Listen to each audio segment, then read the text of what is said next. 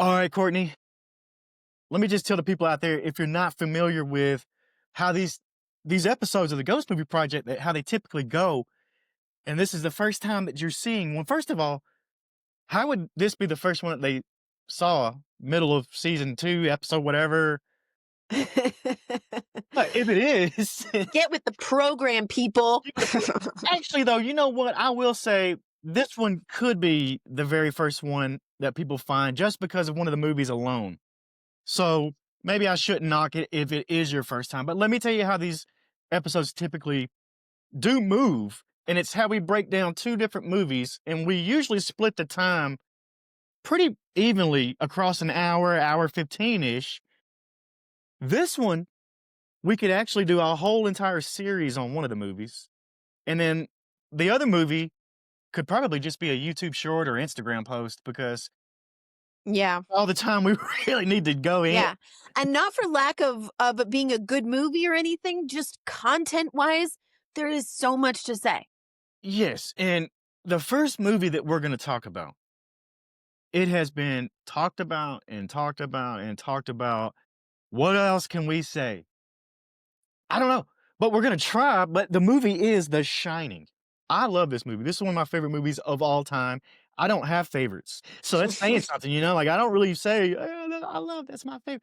No, The Shining is up there. And I mean, this movie right here has been broken down and dissected more than a high school frog in a lab, so really Yeah. it has. Like, there's not Oh my gosh. we Well, add. I got it. Let me start off with this. Have you ever heard of the hotel ghost? the Yeah, hotel ghost? yeah.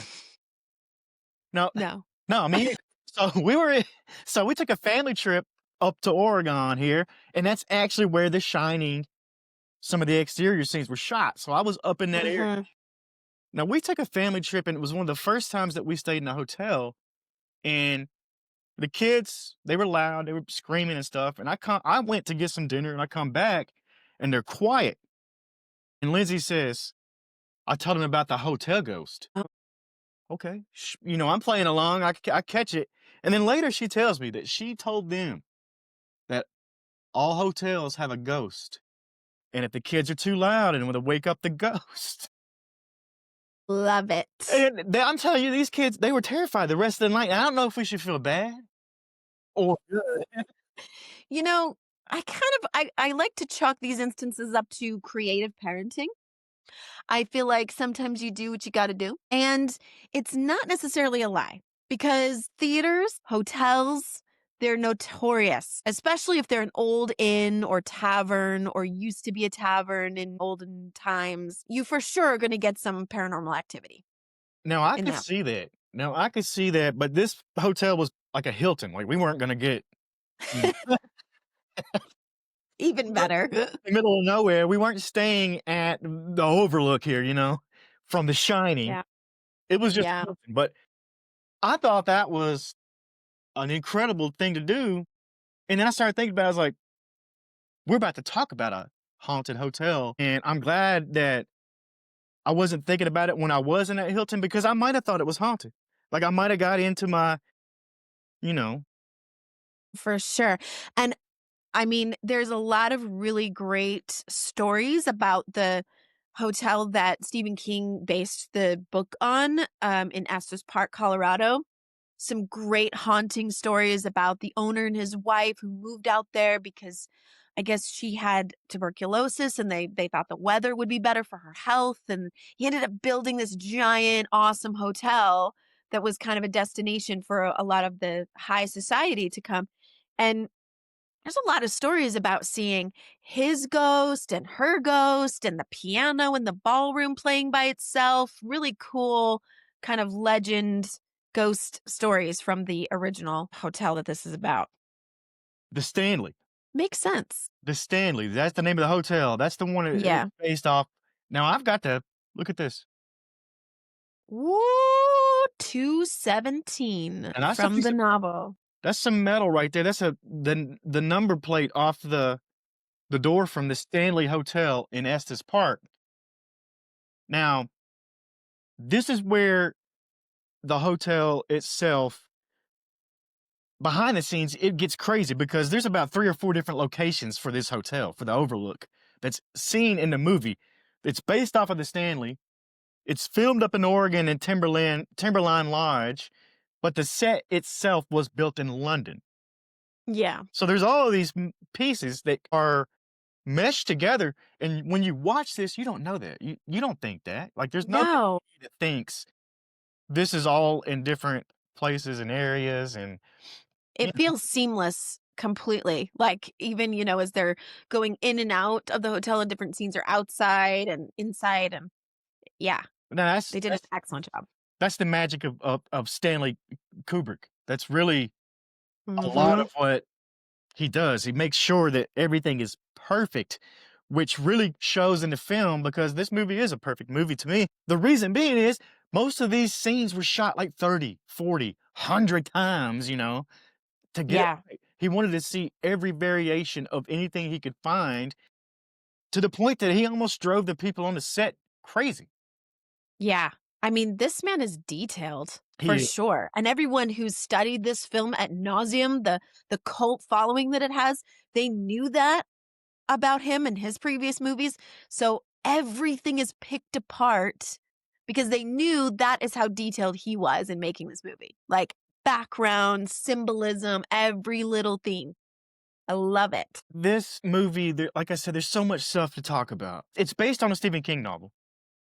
Now, based on loosely, because there's a point in the movie, I'm talking like 10, 15 minutes in, and right there is about the point where the book and the movie do this.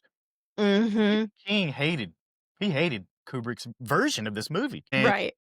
didn't like the adaptation at all because it wasn't what he pictured. So now you've got an awesome book and an awesome movie, but they don't like, it's weird. Yeah, they don't line up. And this is one of those instances where it absolutely can be genius and genius. I mean, I really think that, okay, the book, it's amazing what it is. Obviously, Stephen King is somewhat successful. Okay. Like, kind of heard of him. And then you have this movie, The Shining, and it's a absolute masterpiece. I really do believe that. Watching it again, and I was so glad I had an opportunity to watch it again because I really haven't seen it in many years. And there were parts about it I was like, "Oh, I don't remember that." I'm so glad I'm watching this again because I did not catch that the first or second time. I love watching this movie. I usually tried to watch it about once a year, and I usually do it about the first time it snows here. Nice. There's an Ambiance. atmosphere to it. Now, the snow that you saw in that movie, I hate to burst people's bubbles back there, but that was not snow. It wasn't even outside. I'm not talking about the actual exterior shots of the hotel and all that. I'm talking about if it was indoors and you saw it snowing outside, what that was styrofoam being sprinkled down from the rooftops, and in the background where you saw all the snow piled up, that was salt. That was actual rocks Man, back there. So, yeah, wasn't too if it cold. was Himalayan salt, then everybody would just be a lot healthier having been shooting on that set. They might have been, but you know what? There was another scene later that did do some unhealthy stuff, and it was the bar scene. We'll get to this, but there's a fog in the air, and the way that they got that fog was using drops of oil that is now illegal. You can't do this because it's not good for you. But they put drops of oil into like a vaporizer thing, and it gave that mist, that fog, dreamlike. Yeah. And yeah, that's not even they can't use that anymore. But Stanley Kubrick would use anything and everything to get the perfect shot, even if it was at the expense of the health of the Of all the cast that were breathing in this, who knows what, asbestos, but he maybe. also drove him insane. But I think that's also part of the genius in him. How do you make a movie about people who are going insane without literally driving them insane to the point where they're doing the take 100 times and they just have to get animated? They have to do something different and something crazy because they've already done it every other way. Right. So you see all these things come out. You see Jack, you see Jack Nicholson, you see him animated. All of his scenes are it's almost mugging is what they call it. They call it mugging. He's showing his emotions. He shows all this stuff before it actually happens. Shelley Duvall playing Wendy does the same thing. Like she's telegraphing, she's mugging. It's because the scenes that you see are probably the 40th time that they've done that. Yes, You yes. know? And there's a lot of like background, about how Shelley Duvall never recovered mentally from filming this movie. I mean, it's very sad when you look at the history of it and maybe, went a bit too far and how much they pushed her to be able to get some of these amazing scenes that they got from her. But she is really amazing. The scenes where she's in complete fright and terror and, descending into madness or whatever you want to say, that was 100 days of filming. Ugh, and she is falling apart. I mean, She's you can falling see it. apart. So she's doing that day in, day out, every single day, Yeah. the same set because they didn't move sets like most movies do. They didn't move around. This was kind of more like a sitcom is. It's a set. The cameras knew where they were going to go. The people who were working day in, day out had the same spots to go to every single day. So they even had to witness Shelley Duvall mentally putting a strain on herself. Like it had to be. It had to be. And like she never recovered. Yeah. It's like it's really kind of sad story, but it was interesting to watch kind of some other movies and documentaries made about this and see kind of behind the scenes.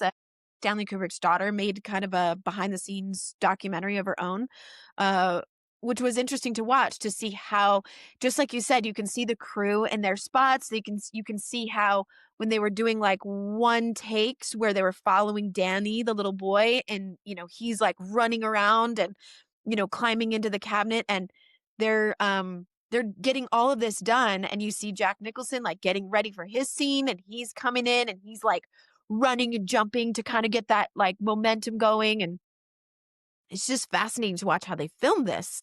They Stanley Kubrick came up with new inventions. They used every kind of vehicle they could possibly get their hands on to move from shot to shot and be able to get back to the beginning faster so they could redo it and do it again. They made a wheelchair. They made a rigged up type of wheelchair. I don't know if they got a patent on this thing or not, but that's what they were using. And it had some sort of rubber wheels and a camera mount, and there was someone pushing it, and that's how they followed Danny on the tricycle. But Love those scenes. those scenes are so Classic. I'm gonna tell you why this whole movie is amazing, and it's probably been said before and everything, but it's because of a guy named Garrett Brown.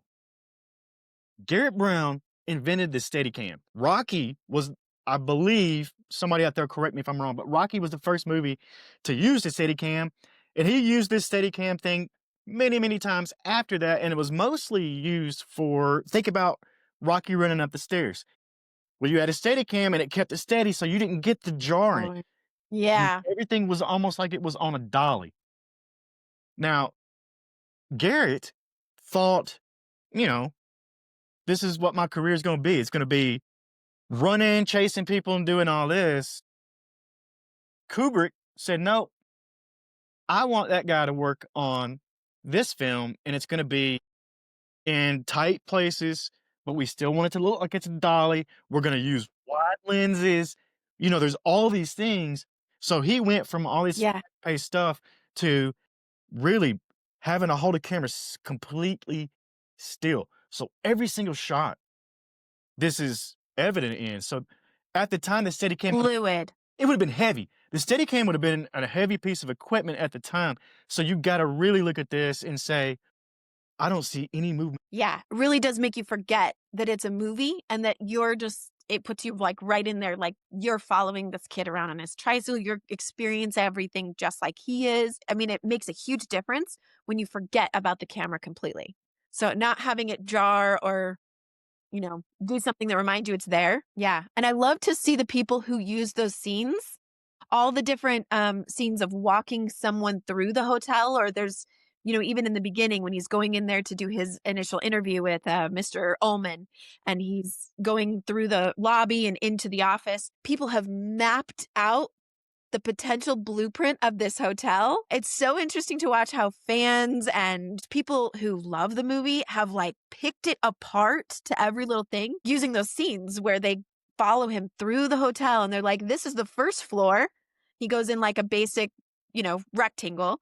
And then they're like, but notice in the second time when they see him going through the hallways, they're like, it doesn't make any sense because he turns right, then he turns right again. And like where he ends up doesn't make any sense according to the second floor plan, I guess. And I guess it, as the movie goes on, it creates that sense of disorientation where you're like, I'm not really sure where I'm at because the hallways just kind of keep going. Even though they don't make logical sense as we go around, it's like he keeps turning, but there's just more hallway. Super fascinating. I love it. I think that's just a reflection on the whole movie itself as being a loop, an infinite loop, really, because Yeah. you think about it, they do all these twists and turns, but they always end up back in the same places. Right. Yeah. Some And then they're back again. And then, and then him passing the room, of course, which I will point out because you have the room 217, which was in the novel. And a lot of people have speculated, well, why didn't they use that for the movie? They used 237 for the movie. Stanley Kubrick had said, it was a quote, he was like, oh, we couldn't because that number wouldn't have existed in the hotel that we were using or whatever. But they went back and said, that's not actually true. That, his excuse for using that. And then it launched people into this whole theory about Stanley Kubrick having been the director who made the moon landing videos and that maybe that was his nod to the stage they used when it was just this deep dive and all these Easter eggs in the movie where Danny's wearing a sweater that says Apollo 11. It was just fascinating to watch people's theories as you go into these. I won't go into all of it because you can watch all those documentaries and, go into those deep dives. But I thought it was so interesting to watch how people took every little detail and went, this means something. I know it does. Now, 237 and 217, the Timberline Lodge in Oregon actually had a room 217, and they asked them not to use a room 217 because they didn't want people bombarding. Using that, right. So there's also that factor that mixed in, but also 237 is in another Kubrick movie, and it's Dr. Strangelove and How I Stopped Worrying and Stopped Loving the Bomb or whatever. The code to push the nuke was 237. Makes sense. Okay. I can see that. Yeah. And there's a lot of Easter eggs like that with numbers. They pointed out how many times the number 42 was used in the movie and that maybe that's a nod to Nazi Germany. And there was all of these like subliminal messages. In fact, they said Stanley Kubrick had gone to an ad agency where they were studying subliminal messaging and he did like a ton of research before making this movie to try to utilize subliminal messages in it. So people are just frame by frame watching this movie, slowing it down and watching every frame one at a time. I even saw in the documentary that someone played this movie because of a Redditor who said you should watch this movie forwards and backwards at the same time. So they played it in a movie theater forwards and backwards right on top, superimposed on top of each other just to see like what images popped up. It's insane. Insane. Wild. And a lot of those images would work superimposed because it goes back to Garrett Brown.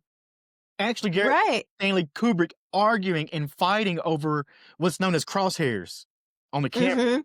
And he would fight, and Kubrick would say, it's got to be right there. Yeah. Because he lined up those slow transitions very carefully. Everything meant something. Everything. I would love to see that superimposed copy of it. That sounds wild to me because, yeah, I can see that happening. And back to Garrett one more time. The only scene that he ended up doing that involved any running was when Wendy's running through the corridors and the kitchen and all that. That's it. So other than that, the rest of this it looked like a dolly, which was a huge machine on tracks back in Wow. they still use it now, but you have to actually lay tracks down and do the whole thing. No dollies, none of that. So that was an incredible piece of equipment and technology at the time. I love the conspiracies though. That Apollo 11, Yeah. sweater. So interesting. That Apollo 11 sweater was missed a lot at the time, but it starts making more sense when you hear about the conspiracies that, yeah, Kubrick filmed the moon landing and faked the moon landing. And And that he couldn't say anything about it, so he used The Shining, and the fact that he wasn't seeking out The Shining to make, he wasn't a super big fan of it, and like Stephen King, and then there's all of these little Easter eggs of like an FU to Stephen King in the movie. But the fact that he maybe used this opportunity of I've got to make this movie The Shining. The studios are they're kind of requesting that I make it, but I'm going to use it to reveal maybe this moon landing project that he wanted to show people that he was a part of. So, yeah, it's interesting. I mean, you could read way too much into it, or you can be like, maybe there's something there. Either there way, could be it's a lot of something there. fun. There could definitely be something there. The fact that he had filmed 2001: A Space Odyssey and way before that, and then the moon landing Hmm. stuff happened, and you look at that movie, you're like, "Holy cow!" You know what? I forgot to even mention this. I love The Shining and Stanley Kubrick because I own exactly 4 4K Ultra HD movies, Wow. and The Shining is one. So I got The Shining right here, Uh, 2001: Space Odyssey. yep. How can you forget Hal, the robot, the whole thing? You know what? Hal and the bartender in The Shining have a very similar role. Like, they are almost the same character. You Oh, think about it and you look at it, okay. Okay.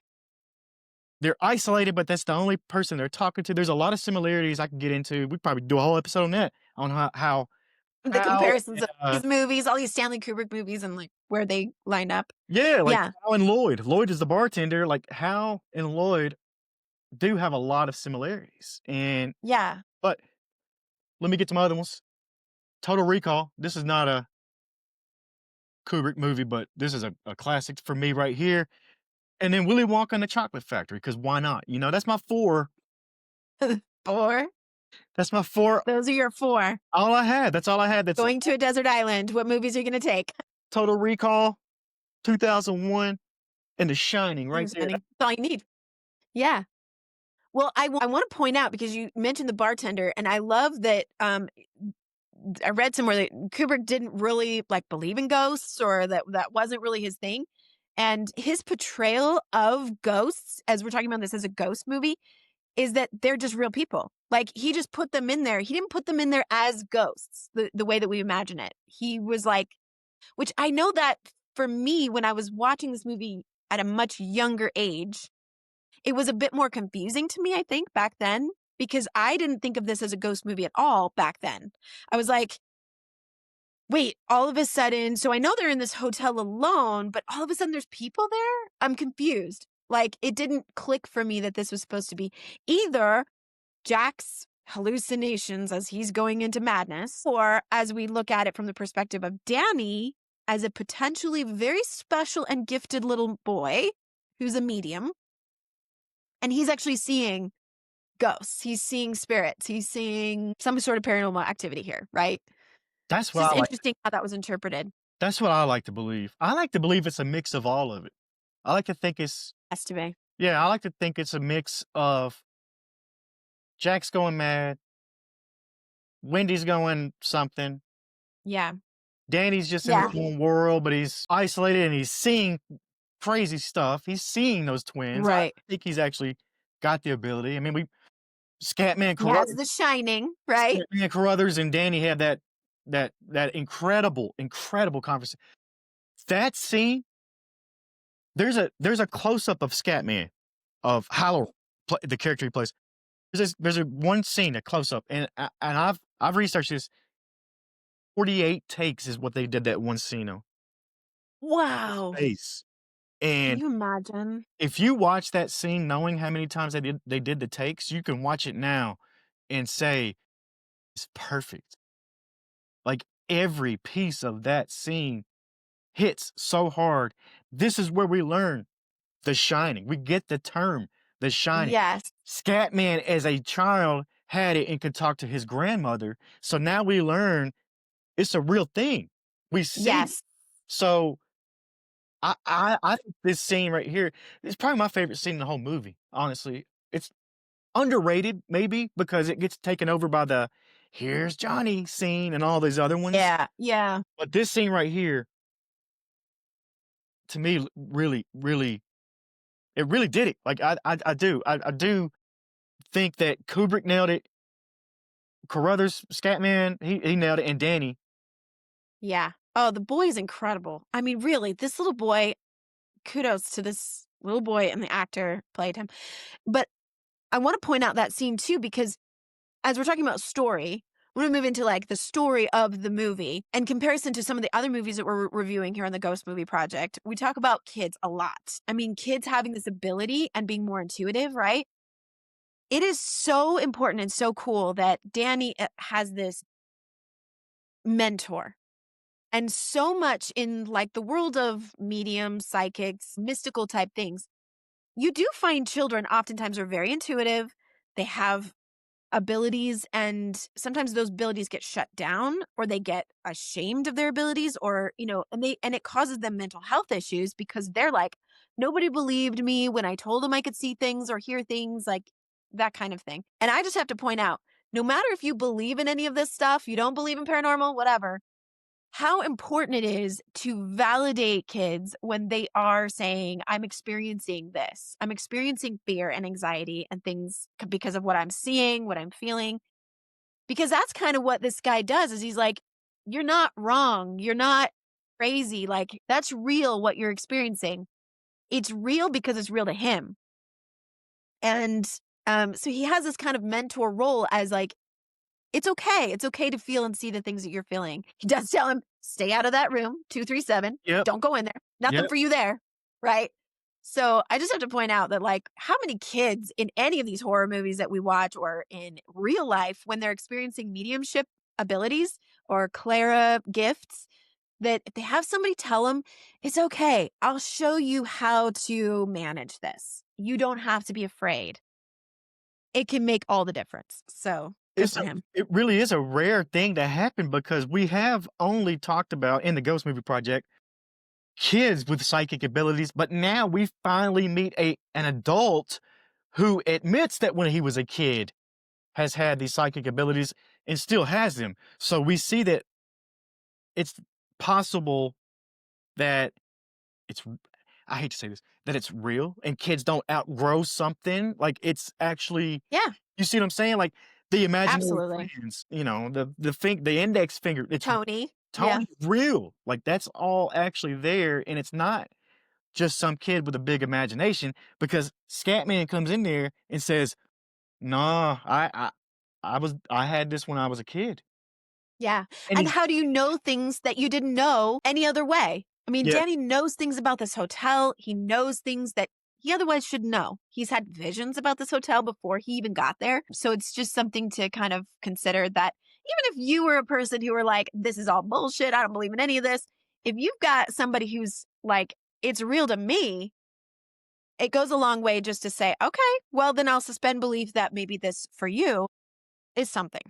exactly, and that kinda goes back to the whole thing of, is it real? Is it really haunted? Is it, people just going into madness? But I go back to what I said. I like to think of it as a mix of both, because tell me if I'm not wrong here, but trauma can manifest in haunted places, even more so than a peaceful place, right? Yeah, and I think this movie encompasses a lot of different types of hauntings, which we kind of, when we came up with this whole project, thinking Ghost Movie Project, what are we going to talk about? There are different kinds of hauntings. So this movie does kind of show a little bit of everything, and that some of it is Jack, this darkness that Jack has and his abilities and his, which I'll go into in a minute because I have some things to say about Jack. But it's a little bit of his mental anguish of going crazy in isolation in this hotel, right? So you have like maybe some of it is visions of what once happened here at this hotel. He's tapping into something paranormal, but he's also kind of going crazy in himself. You have the little boy, Danny, who's able to see ghosts of people who actually lived and died there in the hotel. And then you also have entities that are sort of maybe have been alive and have been unalived in a traumatic way. So their souls are sort of connected to this place. I'm talking about the woman in the bathtub. Okay. Say it. Yeah. So she's still there. She's still like connected to this space. And then you have the haunting kind of experience of the whole ballroom scene with all of these people from the 90s dressed up. That may not be the souls of those partygoers trapped there. That may actually be what they kind of call a recording, where certain events have happened in a space. And the space, because of the energy of that space itself, the shape of the space, there's a lot of speculation of why this happens. But the souls aren't actually there anymore. It's just that the space is replaying a recording over and over again of something that happened there. So a lot of times people will experience that where it's like, I walked into an area, people talk about it at Versailles. There's tourists that have gone to Versailles and all of a sudden they'll walk into a space and it'll be people in period clothing, like dressed up in the powdered wigs and the giant ball gowns and things. And they just are like, wait, did I just step into some weird cosplay situation or what's happening here? But it's actually just, and then it will, as fast as they walked in, it'll just be done. It'll be gone. All those people are gone. And it's like you just walked into a recording of something that it's playing over and over and over again, kind of. So like an echo or something. yeah. Yeah, it's kind of like how it's recorded on a tape, but it's recorded in a space. Now, The energy is still there. I think that's this whole movie, though. I really do think it's all a cycle because the picture that we see at the very end with Jack in the middle, it's at that. Yes. Another thing that was really confusing for me when I first saw this movie, I remember seeing that at the end and going, wait. What does this mean? Yep. So Up for speculation, right? it goes, I think it's all told in this scene right after the bar where Jack goes to the bathroom. And we have the encounter with, it's not Lloyd. Is it Lloyd? Grady. Yeah. Grady. Grady. He sees Yep. Grady in the bathroom and it starts to dawn on Jack. And Yeah. this scene Who is this is. incredible to me because you've got and all the scenes leading up to this where Jack is he's all over the place. He's overly animated. Oh, yeah. Everything is overly Yeah. He's You got this scene with him and Grady, and when it gets serious, they just lock eyes, and that's it. And they're standing still, and it's all with a face. It's all of this. And he tells Jack, "You've always been the groundskeeper." And he says, "We've always been here. I've always yeah. been here." Yeah. And then you see the picture of Jack in the 20s in that frame. Now, he's always been there. So Right. how long? Another Yeah, how kind long of is it? paranormal, it's like a pulling in of a space. Like there's other horror movies. I can't think of one right now, but there's The Haunting is one where they are like the place itself is calling the people into it because yeah, it's some kind of cycle that they have to replay out over and over and over again in like reincarnation possibly or just the souls are being called back to this place over and over. Echoes of Death. Mm. Is that what a big? I like that. Yeah, that is interesting. We should write our own movie and that's what it'll be called. Oh yeah, good band name. Yeah. Yeah, but I have to point out, so as we're talking about Jack going a little bit crazy. A little bit. So I need to know your thoughts on this because I know my thoughts on this. First, my thoughts are spending what was it? 5 months. I think they said they were going to be there. 5 months and he's, in the very beginning of the movie, Mr. Ullman's like, not everybody can take it mentally. This is kind of tough to be up here. The job itself isn't really that hard. You've got these lists of duties to do or whatever, but you'll be isolated up here for 5 months. Do you feel like you can handle that? And I know my thought on that was, oh my gosh, give me 5 months in this hotel by myself any day. It's like 2025 version of me is like, yes, please. I'll take it. I can handle it. Let's go. I could do 5 years in that hotel. I'll tell you how long I could be gone somewhere. You remember when they had that thing, that Mars one thing where they had this lottery, they were going to send people to Mars? Yeah. Never heard of it. You probably never got scammed in that. I tried to get into that.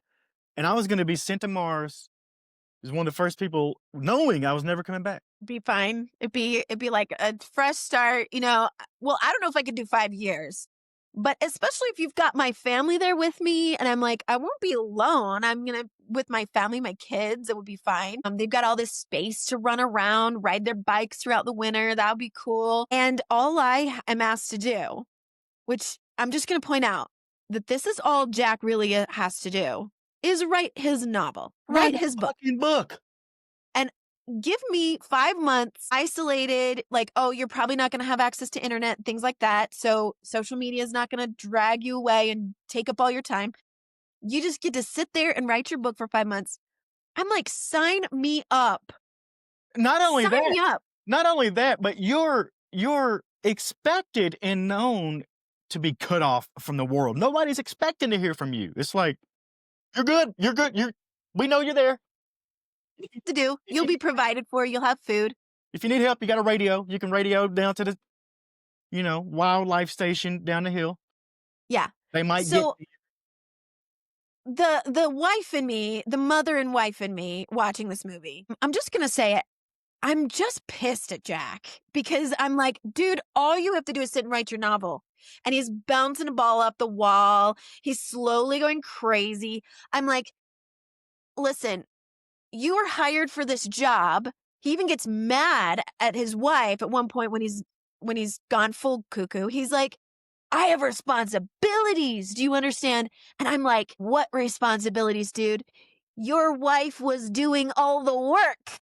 She's over there lighting the boilers. She's over there doing her checklist. She's over there cooking meals for her and the kid. She's doing everything. She was the anchor. Wendy is the And anchor. she was not going mentally crazy No. until he did, of course. But she is like, okay, she is like the mental lion here. She's like, this is great. I'm having a great time. I'm doing my duties. I'm doing whatever. And she's even so nice to him. Like she comes in and goes, how's it going, sweetie? How's it going, honey? Do you need a sandwich? Can I make you a sandwich? I'm like, oh, Jack, come on, man. Yeah. And then when he writes all work and no play, I'm like, are you kidding me? It's been all play and no work, dude. Yeah, what have you done? Not even clean, not even sweep the floor once, maybe. Threw the ball, didn't even, when the ball got away from him, he didn't even go pick it up. It's still out there somewhere. He did in the lobby, he threw it down the hallway and it just bounces somewhere else. So he doesn't go get it. Yeah. What a lazy bastard.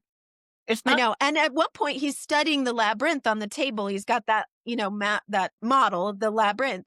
He can like sit and look at it, right? But Danny and Wendy are out in the labyrinth, like playing in it, really exploring it, getting to know it, which serves him later because Danny can get in that labyrinth and back out, no problem, while Jack is stuck in the labyrinth, can't get himself out. stuck in the loop. He's stuck in the loop. He's not ever getting out of that loop or the labyrinth. All he had to do is write a book, Courtney. I know. I can't get over it. The feminist in me is just like, dude, so Wendy's the hero. And You know what? It's not the first time a Stephen King book has had an issue with the actor, with the character writing a book.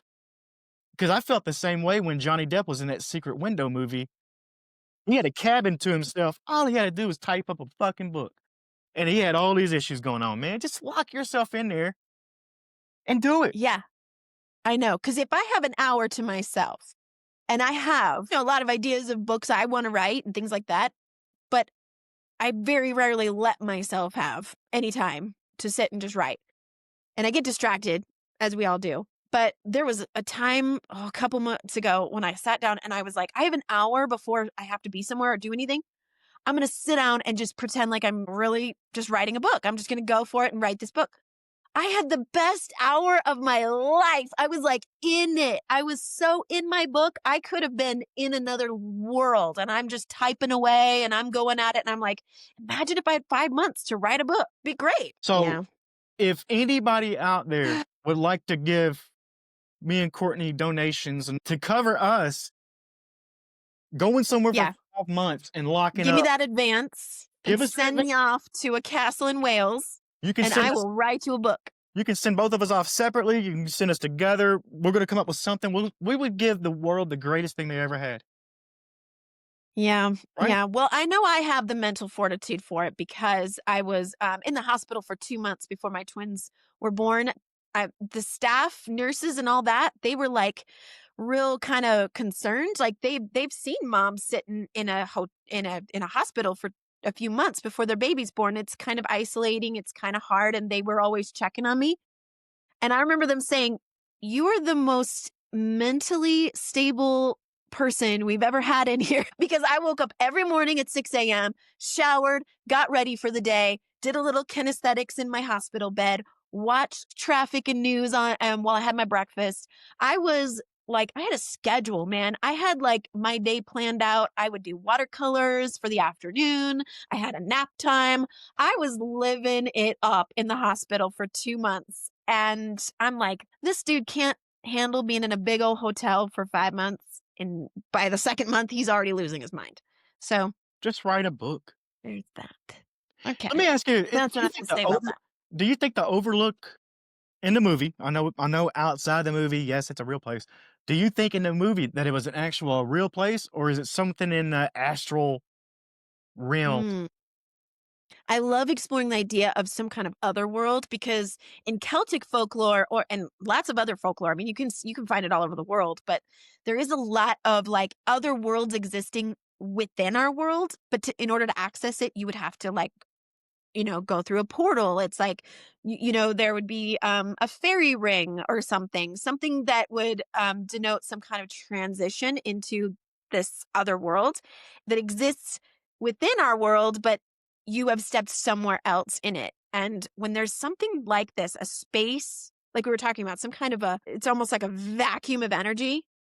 People who are there like get stuck there, souls get stuck there. Once you go in, you're not going out. It's got hold of you. It does kind of denote that otherworldly kind of thing where maybe this family transitioned from this world to another world when they came to this hotel, Maybe right? maybe that transition is that opening shot of them going weaving up and down the road, and if you look at it close, if you were in that car, you wouldn't know what's around the next corner at any point in that car ride. Oh, yeah. Maybe that's a Yeah. symbolic. Maybe the portal is the elevator scene. Ooh, What yeah. comes out after that, when the elevator scene happens after that, the whole movie starts going ape shit, really. Yeah. So, maybe there are portals in the movie. I like to think Yeah. about them in a different way. I like to think about this in, you know, yeah, that it could be a place that's somewhere out there, not real. You can still get there somehow. Yeah. But here's what's the scariest part about it, and maybe this is where horror films really tap into this idea, is that you don't have a whole lot of control of whether you go into those other worlds or not. You could be walking in many of the folklore about other worlds is that people enter the other world without realizing they've entered it because they were walking through the woods and all of a sudden they're lost. All of a sudden the woods look different than they did the day before. They thought they knew where they were, but then they've crossed over and they didn't realize it. So it's not something that you would necessarily, be able to stop yourself from doing. And it kind of almost gives me the vibes of Stranger Things. It's the upside down. It's like it is our world and you're still here somehow, but you're not, right? Parallel universe or something? Is that the same Yeah. thing? Other dimensions, Other other dimen realities. Yeah, So much we could explore there. I just like to think that the Overlook was, yeah, it's real, but it's in another dimension. It's in another astral realm, like I said. Um, Yeah. Maybe it's because 'cause I've seen the movie so many times. I like to watch it with a different perspective or thought. But the thing is, you can go in with any perspective and thought, and it would be hard to argue and say that's wrong. Right. That's what's the brilliance of this movie is that you can watch it 100 times. I still think there's new things you'll find or different theories you could follow and you would be able to find some thread to follow in the film. And many people have, which is why there's so much cult following. In fact, I was going to mention my parents used to run movies at the Ogden Eccles Perry's Egyptian Theater. They used to do like a themed, sing along movie theme or whatever, and they did that for many years. And my mom said as we were watching this movie, she's like, "Oh yeah, The Shining. That was our biggest turnout. Like for movies being shown at the theater, that was one of the big ones." Tons of people still love that movie. So, Do you think we don't. do you think you could, as a practitioner of whatever it would take, could you cleanse something like the Overlook? I have never attempted something quite like that, but I mean, I'd give it a go for sure. I I mean, we think got that for some of it, it's going to be if there's unresolved souls that need to go, there are ways to get them to go. There's other ways of being able to pinpoint what is it that those souls are connecting to this place and disconnecting them from that. A lot of times, if an entity is attached to a place or a person, and I'm not talking about possession necessarily, but just entities and energies that can attach to us as we go through life, sometimes it's about discovering what it is that entity thinks it's doing for you. Sometimes that those souls, they think they're there to help you out. And I think that Grady is an example of that because I think whatever he went through in life, he sees that in Jack, sees that same, like the father of the family. He's not being respected enough, I guess. They're not listening to him.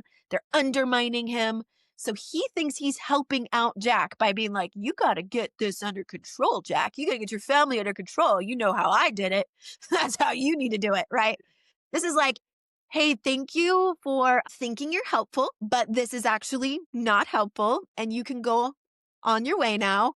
And as a Reiki practitioner, we're trained in that sort of circumstance to be able to say, you can move along. You're no longer needed here. Well, if you do want to try it out and cleanse a hotel, I mean, we can go to the room 217 at the Stanley. We can go to uh that's at Estes Park. We could go to the Cecil in Los Angeles, I believe. Yep. That's what American Horror Story Hotel was based off of. There's a lot of hauntings there, murders there. You could go to the Hilton in Portland, Oregon, and get rid of that hotel ghost that my wife made up to tell my kids about. Um, there's a whole bunch of Yeah. places we can get. And I think I would probably ask for a team of people that I know and trust to come with me and be like, "Okay, let's collaborate. What do you guys think? How do you think is the best way to cleanse the space? We got a lot of tools on our tool belt, so let's figure this out." One of my mentors, actually, the Reiki master who I learned from, she stayed at Estes Park. She stayed at the Stanley Hotel. She's a medium, so she was really interested to go there and see what experiences she She could have. she report back with any hauntings or Yeah, I think she did. She talked about in her hotel room there being a man sitting in the chair that she connected with. was it a bellhop or I don't know. I'm gonna have to ask her the rest of that yeah, story. I want to 'Cause know. I know that she woke up with people in her room, but that's not uncommon for her. As a medium, that's something she experiences on the regular. So I I yeah, think, that's wild. That's why. See yeah, I'm glad I'm not a medium because I don't want people popping up on me. no, it's not fun. I don't have them popping up like where I can see them, but I do have a lot of energy sometimes in the middle of the night that's trying to bother me. So I've had to come up with my own rituals and my own boundaries where I have to say, "Listen, I'm sleeping. You guys need to leave me alone." And I think I suggest that for anyone who is experiencing too much anxiety and energy throughout the night. You can do it. I liked it. I don't have to Well, run. speak it to the monkey. We can, but final thoughts on The Shining. I think we hit everything. You got. I mean, go ahead with the final thought. We try to do this with every movie, but it's hard on this one. Um, Yeah. Final thought is just I think this movie is like all encompassing. I don't necessarily find it to be that terribly scary as far as for me. It's not one that hits me in a place where I'm left being scared after watching it. I am amazed and definitely have high regard and respect for it as a movie. I think it's excellent. Very well done. Everything about it, I love it. Uh, but I'm not walking away going, "Oh, I can't go get ready for bed in the dark by myself now," which is what I felt after seeing The Ring yes. by comparison. Yeah. But is that because of set and setting? You know, is it because of where it is? The Ring was anywhere you watched that movie. It was at your house. It followed you. Yeah, But definitely more psychological yeah, versus, like, just the terrifying images or that kind of thing, but yeah. I loved it. My final thoughts are I've already said everything I need to say, but the final thoughts are this is Jack Nicholson blooming. You see, Yeah. and I've said this about the movie we did on the Witch Movie Project. What was the movie with Jack Nicholson and Sharon? Witches of Eastwick, that's right, we did that movie last year. He was Yeah, devilish in that movie, but this one so good. right here, you actually see Jack Nicholson's Joker. You see these villains. You Yes. get to see this. His facial expressions, his eyebrows, all of it. This is where he becomes iconic Jack Nicholson for like the next 15, 20 years. Like this is the birth of that. That's my final thought. And I know that's a whole other, maybe a take on it, but I just didn't get the chance to say that. But I do think that this is it. I don't want to say breakout because he was already big, but this was, Yeah, and but this really showed his talent, I think. Like, think it's the yeah, Kubrick. I think it's because of how Kubrick. I good he think really is. doing it 100,000 times will make you good. Repetition will make you good. And I If think not, it'll just wear you out to the point where you'll be like, "I just have to get this done. yeah, Let's get or it. Let's focus and get it done." to the point to where, like, some actors in the movie, Danny, are done. He never made another movie, Yeah. you Even know? though he was so good. There's a lot of stuff that happened psychologically with this movie. Love it. The next movie, there's not a lot psychologically happening at all. The monk No, I will say I enjoyed it. Well, you just reminded me of one other thing that I would say about Jack Nicholson. The moment that I realized something when he's drinking the what is it, gin that he's given, the bartender gives him. And I'm sitting there thinking, all right, this isn't really happening because there is no alcohol in the hotel. They made sure to point that out before the scene, right? At the beginning of the movie. There's no alcohol in the hotel. And he's somehow through his own imagination, possibly his own madness, he's accessing alcohol and getting drunk. yeah, Okay. My thoughts on that when I saw that were if you cannot drink alcohol and still pretend or convince your own mind that you are drinking alcohol and having a great time and losing inhibitions, why can't we just live our lives like that without the substance? But just be like, if I was drunk right now, I wouldn't give a about what anybody else thinks of me. I could dance. I could have fun. I could just enjoy my life. Why aren't we doing that to ourselves all the time? Why aren't we just tricking ourselves into being, I don't know, just happy, kind of drunk with happy life? life. Yeah, Yeah. It was kind of like a click for me in like, how do I take this moment and what I'm seeing on screen? How do I take this into my real life and go, wait a minute. I can just be drunk like anytime I want without actually being drunk. Like I can still, handle machinery. I can still drive. I can still do whatever I want. But if I was to just convince myself that I was drunk, I could just be that if I drunk. want. And then no hangover. No hangover, no health risks, just literally like I'm just going to decide that right now I've had a drink and this is how I'm going to be having had my drink. Try it. Might be really fun. Life is a party. Right. I think it's kind of cool. Anyway, so I thought if you can mentally convince yourself like he did in that scene that he was drinking, why can't we all do that? That was my thought. I So love I don't know if that's my final thought, but that is my final thought. that's your final thought. Let's all get drunk. Courtney's thought on The Shining is let's all get drunk together Let's just get drunk on life. on just living, on just being alive. Let's just have a good time and enjoy it. Don't chop up your family. Yeah, Don't do yeah, that. yeah. Don't do that, and Don't do don't do that. the next. Don't get the next. Don't buy a monkey at a yard sale either. Yes. Is Stephen King really good at making you just a little bit fearful of your own kids' toys? Like something like that simple could be in your own house, your own kids have it, and you can just look at it a little bit longer, give it a second look. Like, Yeah, yeah, I like, and this is the through line that I liked for these two movies, where they're both Stephen King adaptations, and right. The Shining, slow burn, serious. The Monkey, over the top, just chaos from the get. Like Chaos. there is no plot.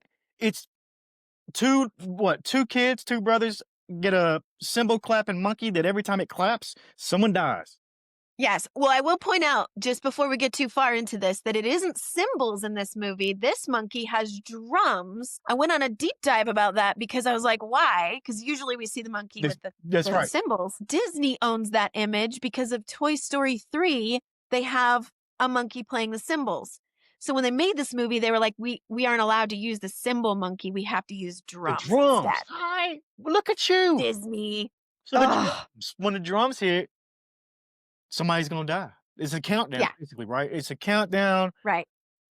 I mean, Plays like that creepy circus music you can hear playing in the movie when you know something's going on, and the actors, the characters are like, "Oh, I hear that music. I know what that means." Right?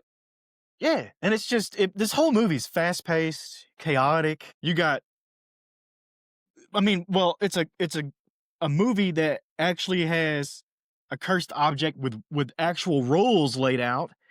You know, a lot of other stuff Yeah. don't get the rules to the VHS tape. You know, you 7 days and you die. That's the rules.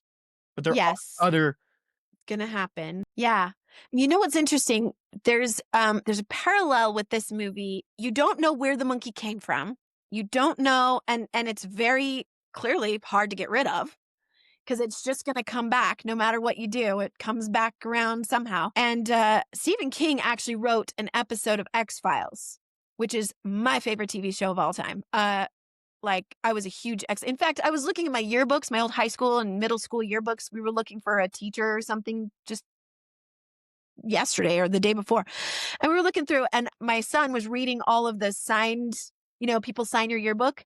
And he counted how many times people called me X-Files girl Yeah. from middle school. I'm like, all right, so listen, I just have to say, I was really into X-Files and everybody knew it.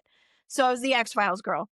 But season 5, episode 10 of X-Files is an episode called Chinga, which Stephen King wrote. And it was about a haunted doll that this little girl has. And every time the doll wakes up and says, "Let's have fun," somebody dies. So it's essentially the same story as the monkey. I think maybe they, took a short story, The Monkey, and he's like, let's make it into an episode of X-Files. Yep. How can we make it into something? But I think it's interesting, the parallel comparison to that. Again, we don't know where the doll came from. We don't know where the monkey came from. It's just all of a sudden there. And every time they try to get rid of it, it just keeps showing up again. What is it about cursed objects that's like so scary? Like, why does this monkey? You know what I mean? Like you said it. It's a kid's toy, Yeah. but there's unresolved energy in this monkey. Like, but why is that so much scarier than maybe the hotel in The Shining? And I'm just saying that loosely, but Yeah. I think you said it earlier too, when you're like, the reason The Ring was so scary is because it's wherever you are. So I think, like, for a haunted place, I mean, everyone watching The Shining can kind of step away and disassociate from the story a little bit, because they can be like, well, I'll just never go to the Overlook Hotel. It's fine. I'm safe because I'm in my home and that's not where I am. So I'm good. But I think when it's something like a children's toy or an object like that, it's like, it could be anything. It could be something you bought at a yard sale. It could be something your kid is playing with right now. where does the energy come from? Is it like childhood trauma coming through it, or is it Yeah. something actually? Is it actually a ghost? Is it actually a demon? What is it? A spirit? What is? Yeah, or some kind of entity that just has it out for everybody. Like, it doesn't care who it is.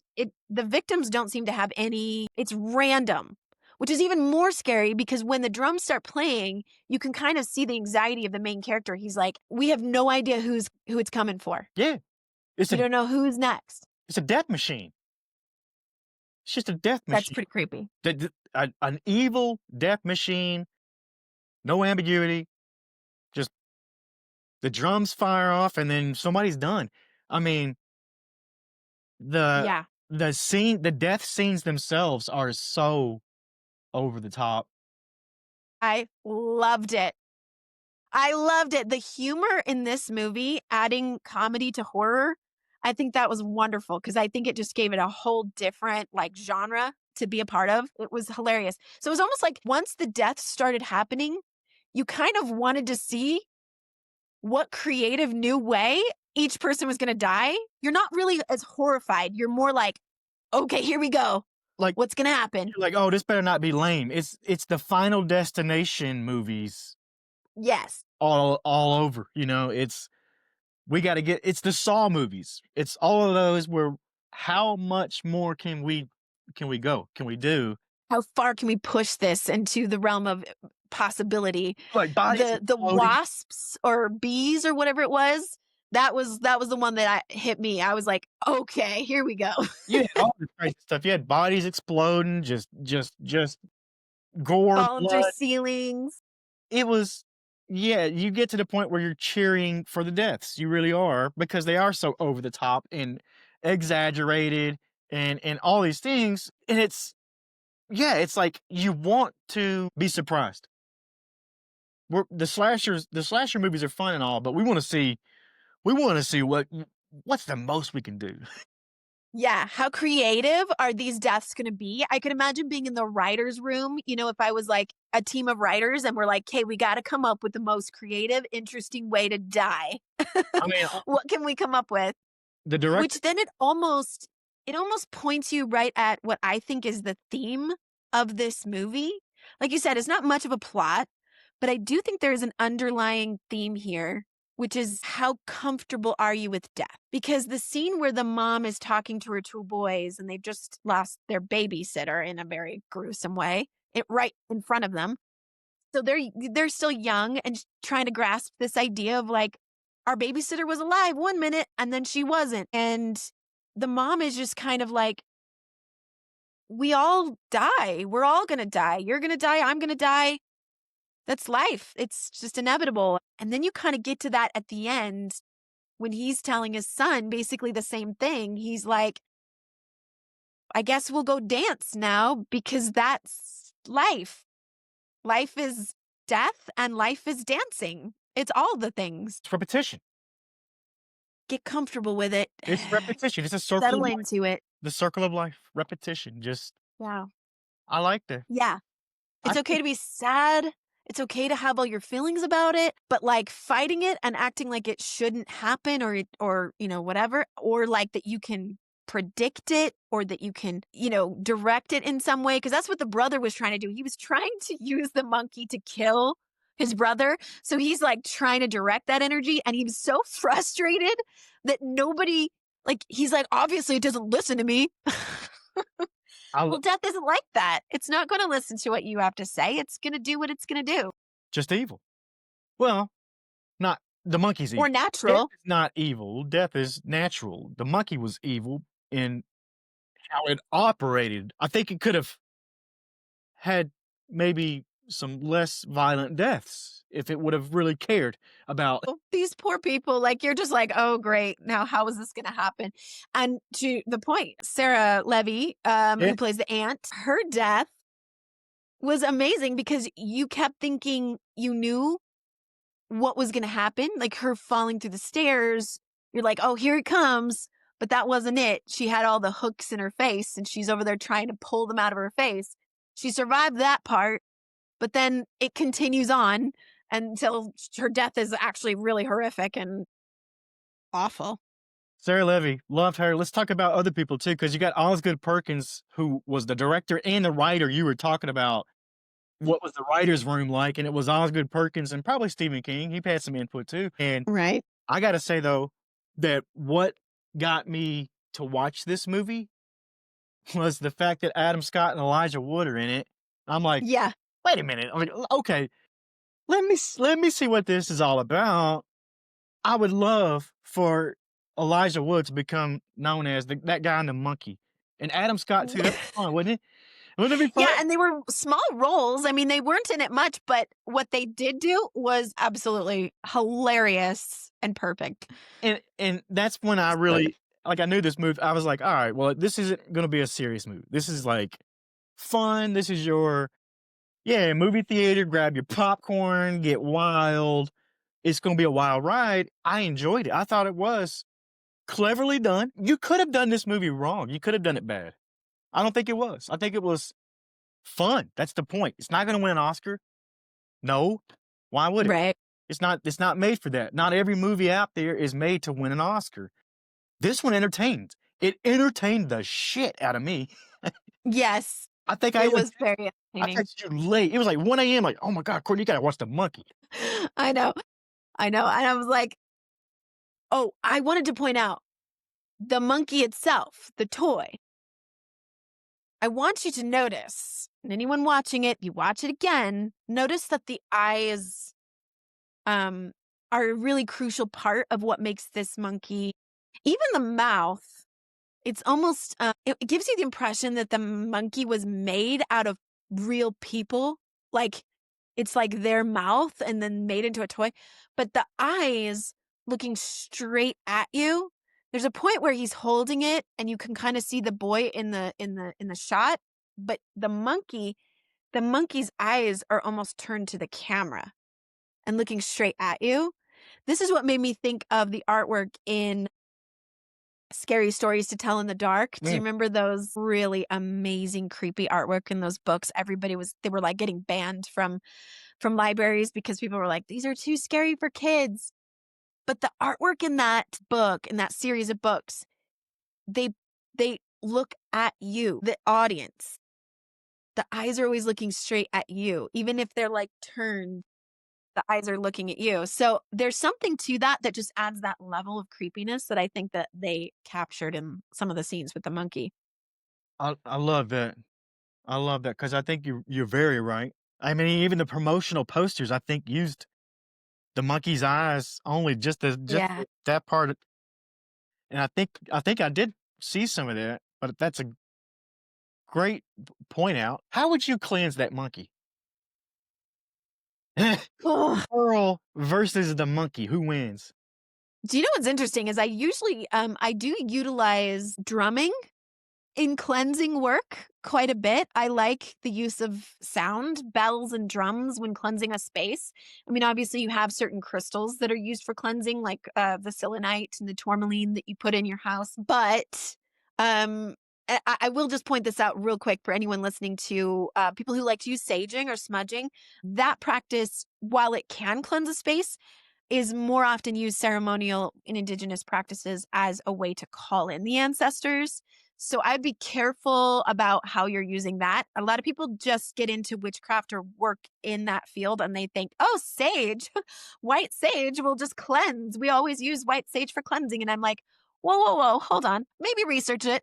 Maybe look into that a little bit more because it's not always used for that purpose. But it's interesting because if I were to use drums to cleanse a space, cleansing an object that is using drums to kill people, Yeah, where do you go from there? I'd be like, back to the drawing board, I guess. We got to figure something else out. like a flute or something. I don't know. You have to get another instrument, Good point. like a fairy Oh, flute. maybe it needs something else. Yeah, but definitely maybe as fire is used at one point to cleanse this monkey. We found out that didn't work, but the opening sequence, he's like, die! Just blast that monkey with a flame The thrower. crematorium or whatever. They burnt the monkey, buried the monkey, cut the monkey up. Can't get rid of that monkey. That's why they decide at the end, they're like, you know what? We'll just keep it around. Do you We'll think? just keep it around. Do you think that that the monkey could be a symbol for like what is it, generational trauma or generational? Absolutely. Yes. They can't get I rid mean, of. look at that father-son dynamic. We had that in The Shining as well. This, like, what is passed down from one generation to the next? It's kind of like his sort of neglect of his son. While his son obviously has a lot of trauma about that, he's got abandonment issues. He's like, well, you're not around anyway. Like, you're just going to sign your rights away and not be my dad anymore. Like he's obviously like in turmoil over that during the film, but finding out that there's a whole story he doesn't know about, that his dad, it's not that his dad doesn't want him and it's not that his dad doesn't love him. He's trying to protect him from this generational curse. I mean, how much do we see that in family dynamics? That sometimes we pass on something inadvertently because we're trying so hard not to pass something along. So maybe this movie was deeper than now that we're talking about it. And I started thinking, I was like, hey, hang on a second here. Yeah. There's this underlying plot too that just kind of points at something that's more emotionally complicated and in depth. And the fact that the bowling ball at the end is what gets the brother, spoiler alert, sorry, we're assuming people have watched it. So the bowling ball that gets him, it says Lois on it. His mother's bowling ball, right? It's Lois the mother. It's kind of her theme throughout this too, right? Like her involvement in her sons. She's like either the one who's holding it all together or she's the one pointing out these are where the issues are at. This is what you got to deal with. You can't ignore it. This is death. You can't ignore death. Lois, much like Wendy in The Shining, they're the anchor. Yeah. They're the glue, whatever you want to call it. They're holding it together. Exactly. I love that. And I had to write down because where these twin boys, the storyline is that they hate each other so much. I have twin boys. So I wrote down like, I would be so sad if my boys felt this way about each other or treated each other this way. So just a little insight there. Yeah. I'm going to be like, no, we don't do that. We don't do that. No monkeys in the house. I want to make this clear that I'm not bashing the monkey at all because I keep saying it didn't have a story and plot. No, I think I thought it was fun house horror Mm-hmm. at the highest level of fun, capital all FUN. Because I had a good time. Like this was a movie this is my final thought, if you can't tell, but I enjoyed it. I highly enjoyed it. It was one of those that I put on late at night thinking, I'll probably just doze off. Nah, I watched the whole damn thing. Like it kept me entertained. Good. Like I said, Yeah. not every movie's gonna win an Oscar, not every movie has to. What they should do is entertain, like this one did. It fulfilled its duties. How about that? I Yeah. didn't feel like, oh my God, I'll never get that time back again. No? No, not at Yeah, all. yeah, not the Not like some other movies I Exorcist 2. This wasn't the Exorcist 2 here. No, and even that movie had its redeeming qualities. It's nothing is all bad or all one thing. Yeah, I agree. I think this was a fun watch. I really do. I keep having as I'm watching horror movies for the sake of the Ghost Movie Project and I go, "Oh, it's work. I got to get to work and watch my ghost movie for today." My son, my 11-year-old is like, "Is this one that I can watch? Is this one that I can watch?" He keeps trying to push it. And he goes, "When can I watch The Shining? When am I old enough?" And I'm like, yeah, no, not yet. But Not I yet. did let him watch the X-Files episode that I talked about, Chinga, that's very comparable to the monkey. He did watch the X-Files episode just fine. He was able to handle that okay without nightmares. So we're making progress. The monkey is definitely a fun watch, but so deliciously gory. And all these like massively push it over the top death scenes are kind of a lot of fun. So you're gonna let him watch the monkey next, huh? Not anytime soon. Yeah. I mean, you did I say, can handle gore a lot better than I can handle, other things that I maybe would deem inappropriate for kids. But yeah. you did say you were gonna show your kids Talk to Me. Yeah, I'm definitely gonna have to put that on the list of when they're old enough. Oh, I thought And they're you said well, not. it's gonna be the first time they ask me, can I go to a party with my friends? I'm gonna be like, you gotta watch this movie first. All right, And I we're gonna got have that. a station. And they might be like, that could be like next week. Mm, You're gonna end up getting CPS called on you because you're letting them kids watch Talk to Me. We're kidding. We're kidding. We're kidding. yeah. Well, maybe when he's like 15, Those movies are great. I love Yeah. all the horror movies. This is such a fun project. That was your final thought on the monkey? That was mine?